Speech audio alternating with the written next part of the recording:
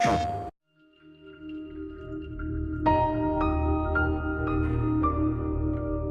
was always kind of dreaming of this game since I've been a kid, you know, in a really real way. I didn't think, oh, I'll make that game. I just thought, wouldn't it be cool if there was a game where, and I think everyone has had that. I think I heard somebody saying it's like a pitch from a child, basically, which is like, you know, there'll be a universe and you can go everywhere and you can have a ship and you can shoot lasers and, you know, all that kind of thing. It's like the most childish idea for a game in the world.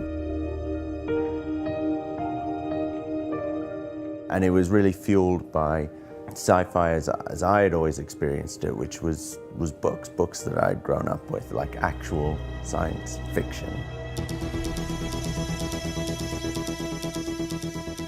We always knew that we wanted to make No Man's Sky. At the time, that was called Project Skyscraper, because we wanted a big, ambitious name for it. But we always knew the type of game we wanted to make, and we'd known it before we even started Hello Games, and we had talked about it at that point. And we knew that Joe Danger was going to be a stepping stone towards that. The Joe Danger series, which was like 4 games in the end, like 2 on console and 2 on mobile, they were like a complete labor of love, you know. Like, I love those games still.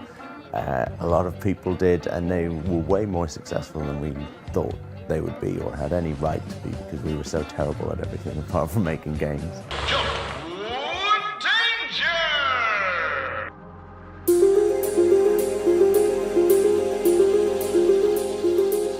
It really kind of properly started a year and a half ago. It's not quite a year and a half ago, but like a year and 5 months or something. And that was when 4 of us, slightly different 4 to the 4 that had founded the company, just found a small room within that large office, and we actually just like literally locked the door and had a separate entrance and stuff like that, and squirreled ourselves away.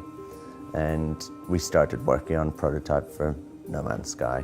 And we actually didn't show the rest of the team because we just wanted almost the pressure and the isolation, almost like it was a startup within this small studio that had to prove themselves. And so we worked for a year actually on that prototype, which then turned into something much bigger, which is what we first showed at the VGXs.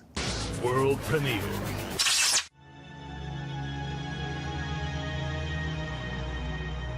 Christmas Eve, I got like a text and then a call saying like the office is starting to flood, this kind of space that we had done up ourselves and everything that was like, you know, kind of quite personal to us, I guess, was pretty much kind of wiped out within a few hours, basically. And we were back on our feet in a really crappy, lo-fi way.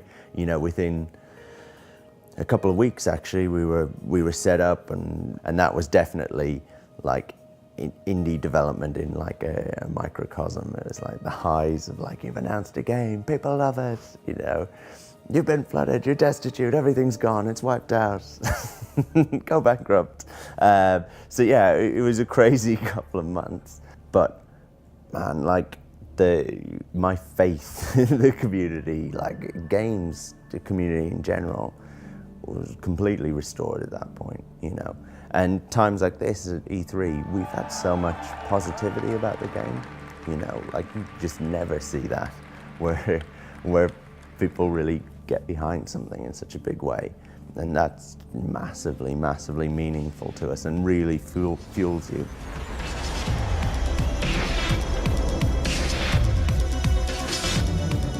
There is this thing that it's set in this infinite procedurally generated universe, but that's actually not why we're making the game. We're not making some sort of tech demo or something like that. We had the idea of making a game that felt true to the kind of sci-fi books that we'd grown up with, the kind of idea of that, the fantasy of that. And we wanted to deliver on that, and to do that we had to create the universe for you to explore, because that's the feeling that we wanted you to have for one of the first times in games to actually land on a planet and for nobody to know what was on that planet. Not the creator of the game, not anyone else, because no one else has ever been there before. Give everyone a spaceship, start them all on a different planet. Give them a working, living, breathing universe that has planets with ecology, that has space stations and fleets of freighters and military and police and different races and all of them interacting, and let players loose and let them decide the game that they want to play, because that's what's interesting to me. I'm really interested by things that are less descriptive, actually, and less, hard-coded about what way you have to play it, and that don't start with a tutorial and then just kind of land you in and let you off to make your own fun. Having said that, it isn't just like some sort of empty blank canvas. There is a lore to the universe, and there are decisions that we make based on that, and it has a personality. It is generally a pretty dangerous place to be, as it should be kind of for sci-fi. It isn't just some ambient utopia, right? You are always in danger. Actually, everyone starts on a different planet, but everyone starts on a different planet on the outside edge of the galaxy. And they all share that same galaxy. And for most people, they will try and make the journey to the center of the galaxy. And there's a reason why you would want to do that.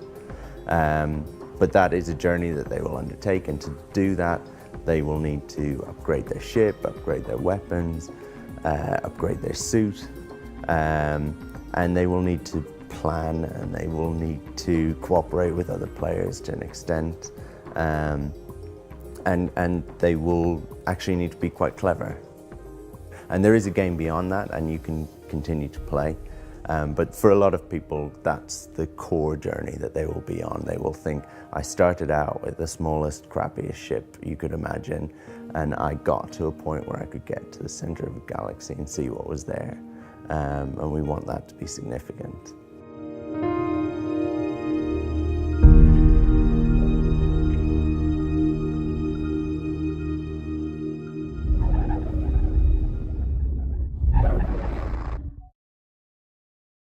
PlayStation